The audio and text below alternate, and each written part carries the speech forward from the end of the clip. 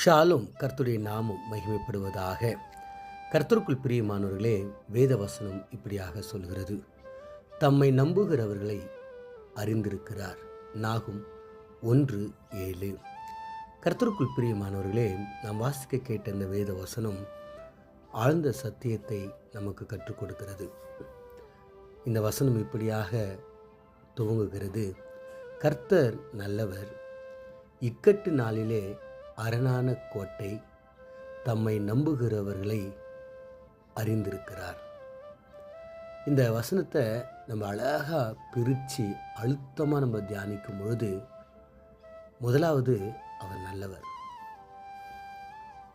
நிறைய பேர் சொல்லுவாங்களா, அந்த மனுஷன் ரொம்ப நல்லவருங்க. எதை வச்சு அவர் நல்லவர் சொல்கிறீங்க அப்படின்னா, அவங்கக்கிட்ட நன்மையை அடைஞ்சிருக்காங்க. கொஞ்ச நாளுக்கு முன்னாடி ஒரு பெரிய சினிமா துறையில் ஒருத்தர் இறந்துட்டார். அவர் இறக்கும் பொழுது அநேக நியூஸ் சேனலில் அநேகர் அவரை குறித்து சொன்ன சாட்சி என்னென்னா, அவர் நல்லவர், அவர் நல்லவர், அவர் நல்லவர் என்று சொன்னாங்க. ஆனால் ஏன் அவங்க சொன்னாங்கன்னா, அவங்க நிறைய விஷயங்களை சொன்னாங்க, இதை செஞ்சார், அதை செஞ்சார், இதை செஞ்சார் சொல்லிட்டு. ஆனால் நம்முடைய கர்த்தரை குறித்து வேதம் சொல்லுகிறது, அவர் நல்லவர். இந்த உலகத்தில் இருக்கிற மனிதர்களை காட்டிலும், உலகத்தில் இருக்கிற எல்லா மனிதர்களை காட்டிலும் அவர் நல்லவராயிருக்கிறார். அவரை போல ஒரு நல்ல தெய்வம் இந்த உலகத்தில் யாருமே கிடையாது. மனுஷங்க ஏதோ ஒரு இடத்துல, குறிப்பிட்ட இடத்துல அவங்க நல்லவங்களாக இருக்கலாம். அவங்களுடைய வாழ்க்கையில் அவங்க எல்லா இடத்துலையும் நல்லவங்களாக இருக்க முடியுமா என்பது கேள்விக்குறி தான். ஆனால் கர்த்தர் ஒருவரே நல்லவர். அவர் எல்லாருக்கும் நல்லவராக இருக்கிறார். அப்போ இந்த வசனம் சொல்லுது, கர்த்தர் நல்லவர், இக்கட்டு நாளிலே அரணான கோட்டையாம். இக்கட்டு நாளில் அவர் அரணான கோட்டையாக இருக்கிறார். இந்த தமிழ்நாட்டில் சென்னை, இந்த பாண்டிச்சேரி இந்த சைடு பார்த்தீங்கன்னா, இந்த ராஜா கோட்டை, ராணி கோட்டைன்னு சொல்லிட்டு ஒரு கோட்டை இருக்கும். அந்த கோட்டையை பார்த்தீங்கன்னா, ரோட்டுக்கு வலதுபுறம் இடதுபுறம் அந்த கோட்டை இருக்கும். அப்போ சொல்லுவாங்க, ராஜா ஏதாவது பிரச்சனை ஆயிடுச்சுன்னா அந்த கோட்டையிலேருந்து இந்த கோட்டைக்கு வந்துடுவார் அப்படின்னு சொல்லிட்டு. அப்போ இந்த ராஜாக்கள் எல்லாம் தப்பித்து கொள்வதற்கு ஒரு சில அந்த சுரங்க பாதைகள் அமைச்சிருப்பாங்க. அப்படி அந்த காலத்தில் அதுக்குள்ளே போயிட்டு மறைஞ்சிக்குவாங்கன்னு சொல்லிட்டு சொல்லுவாங்க. அதுபோல் ஆபத்து நாட்களில், இக்கட்டு நாட்களில் அரணான கோட்டையாக இருக்கிறாராம். அவருக்குள்ளே நம்ம போயிட்டு ஆபத்தான, கஷ்டமான, கவலையான, வேதனையான, தனிமையான நிறைய பிரச்சனைகள், போராட்டங்கள் வரும்போது அவருக்குள்ளே நம்ம போயிட்டு மறைஞ்சிக்கிட்டோன்னா யாரும் நம்ம எதுவும் செய்ய முடியாது. ஏன்னா அவர் அரணான கோட்டையாய் இருக்கிறார். மூன்றாவது சொல்லுகிறது, தம்மை நம்புகிறவர்களை அவர் அறிந்திருக்கிறார். கர்த்தருக்குள் பிரியமானவர்களே, இந்த உலகத்தில் நிறைய பேர் நமக்கு தெரியும்.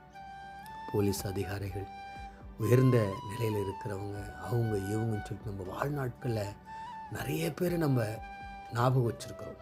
நிறைய பேருக்கு தங்களுடைய வாழ்க்கையில் துரோகம் பண்ணவங்கள மறக்க முடியாது, ஒரு சில நேரத்தில் நன்மை பண்ணவங்கள மறக்க முடியாது, இப்படியெல்லாம். ஆனால் ஆண்டவர் சொல்கிறாரு, தம்மை நம்புகிறவங்கள அவர் அறிஞ்சு வச்சுருக்கிறாராம்.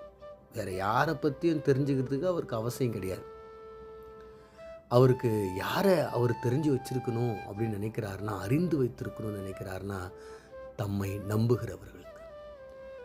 என்னுடைய தேவன், அவர் என்னை பரலோகம் சேர்ப்பார், அவர் என்னை எல்லா விதங்களையும் நடத்துவார் என்று கர்த்தரை நம்புகிறவங்க, அநேக விதமான இக்கட்டான சூழ்நிலை, அநேக விதமான போராட்டங்கள், அநேக விதமான இந்த உலகத்தில் ஏற்படுகிற எல்லா சூழ்நிலையிலும் கர்த்தர் என்னை நடத்துவார் சொல்லிட்டு அவர் நம்பும் பொழுது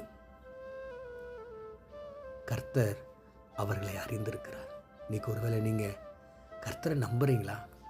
உங்களுடைய பலவீனத்தில், உங்களுடைய கவலையில், உங்களுடைய கண்ணீரில், உங்களுடைய வேதனையில், உங்களுடைய தனிமையில், உங்களுடைய எதிர்காலத்தில், உங்கள் பிள்ளைகளை குறித்து அநேக விதமான காரியங்களில் நீங்கள் கர்த்தரை நம்புறீங்களா?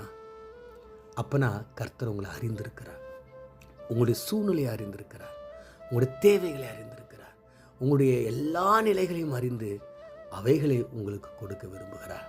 கர்த்தருக்குள் பிரியமானவர், நம்ம கண்களை மூடி நாம் ஜெபிப்போம். எங்களை அதிகமாய் நேசிக்கிற எங்கள் நல்ல தகப்பனே, ஆண்டவரே, நீர் நல்லவரும் இக்கட்டு நாளில் அரணான கோட்டையும் உம்மை நம்புகிறவரை நீ அறிந்திருக்கிறீர் என்று சொன்னதற்காக நாங்கள் உங்களுக்கு நன்றி செலுத்துகிறோம். அப்பா, நாங்கள் உண்மைதான் ஆண்டவரை நம்பியிருக்கிறோம். எங்களுக்கு இந்த உலகத்தில் வேறு நம்பிக்கை வேறு யாரும் இல்லை ஆண்டவரை. மனுஷங்களை நம்புவதை பார்க்கலாம் உண்மை நம்புவது எவ்வளோ நல்லதுன்னு சொல்கிறீங்க ஆண்டவரே. எல்லா நிலைகளிலும் எல்லா சூழ்நிலையிலும் உண்மையே நாங்கள் நம்புகிறோம். உண்மை மாத்திரமே நம்ப விரும்புகிறோம். ஆண்டவரே, எங்களை உதவி செய்யுங்க. எப்பொழுதும் நாங்கள் உண்மையை நம்புவதற்கு எங்களுக்கு உதவி செய்யுங்க. எல்லா சூழ்நிலையிலும் உண்மை நம்புவதற்கு உதவி செய்யுங்க. ஆசீர்வதிங்க.